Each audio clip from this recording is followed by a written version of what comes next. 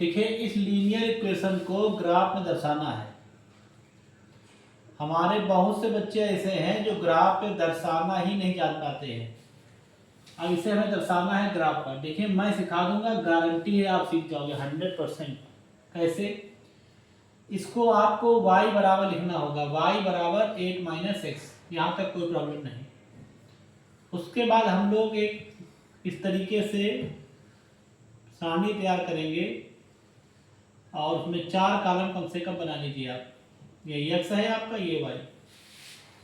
देखिए x के मैं 0 भी रख सकता हूँ, लेकिन अगर 0 रखूंगा तो 8 मिलेगा, थोड़ा बड़ी वैल्यू हो जाएगी। तो हम शुरू करते हैं 3 से। तो 8 में 3 चले गए 5, 4 रखा तो 8 में 4 चले गए 4, फिर हमने 5 रख दिया तो 8 में 5 गए 3, फिर हमने 6 रख दिया तो ये 2 है।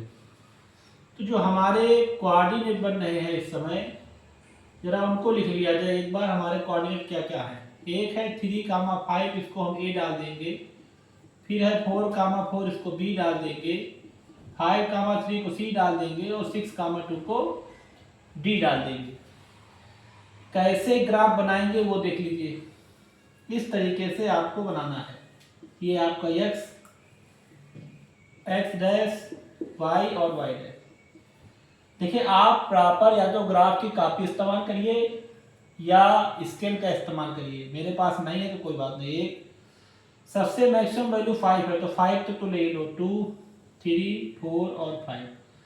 हमारे सारे जितने भी ऑप्शन हैं वो सब पॉजिटिव पॉजिटिव है, तो हमारा फर्स्ट क्वाड्रेंट में ही काम चल जाएगा। फिर 1, 2, 3, 4 और 5। ठीक बच्चों, 3,5 कहाँ पर होगा? 3 का मतलब होता है x पे 3, y पे 5। तो x पे 3 ये रहा और y पे 5 ये रहा। देखिए जिन बच्चों को समस्या आती हो तो वो अपना लाइन खींच लिया करे ऐसे करके, तो उनके लिए समझने को ये हो जाएगा 3,5। बाद में ये लाइनें हम लोग रफ कर देंगे। दूसरा है 4,4। चलिए 4,4 हमारा ये रहा, इस जगह पर आ रहा है 4,4, इसको हम b पॉइंट डाल देंगे। फिर है 5,3। देखिए 5 हमारा x वाले पर यहाँ पर है ये, और यहाँ पर एक 6 वैल्यू भी है तो आप 6 भी लिख लीजिए, यहाँ पर भी एक 6 लिख लीजिए। तो 5, 3 हो जाएगा। ये रहा आपका 5, ये रहा 3, ये हो गया 5, 3।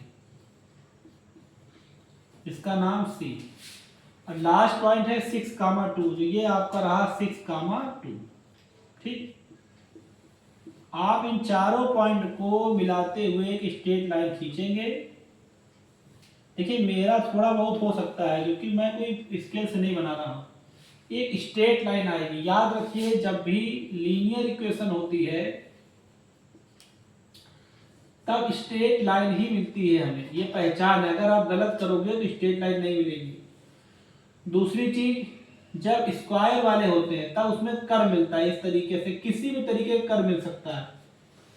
तो ये हमारा लीनियर इक्वेशन का था, स्ट्रेट लाइन हमें मिल गई है। अगर अब आप चाहो तो ये लाइनें जो हमने बनाई हुई हैं ये आप आराम से मिटा दीजिए, रफ करवा दीजिए। इससे क्या होगा कि क्लियर हमारा जो ग्राफ हमने बनाया हुआ है बच्चों, तो ये हमें मिल जाएगा। ठीक है, ये हमारा ग्राफ हो गया कंप्लीट। अब इसमें किसी को दिक्कत नहीं होनी चाहिए, और अगर किसी को दिक्कत है तो कमेंट में लिखें, और अगर वीडियो पसंद आए तो फॉलो और शेयर करें। Thank you.